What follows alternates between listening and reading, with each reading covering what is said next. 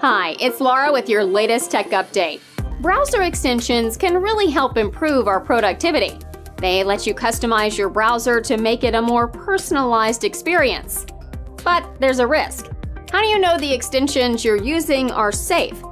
Malicious browser extensions are such a big problem that millions of people have installed them without realizing it. New research from one cybersecurity company claims more than 4 million of its customers have been attacked by adware in the last couple of years. Adware doesn't harm your computer, but it can change your start page, search engine, and redirect you to affiliate pages. That way, the creators earn money from your purchases. A bigger risk is malware designed to steal your login credentials and sensitive data. This is a great time to make sure your team only downloads extensions from reputable places, and maybe even look for ways to control which extensions are installed on your business's browsers.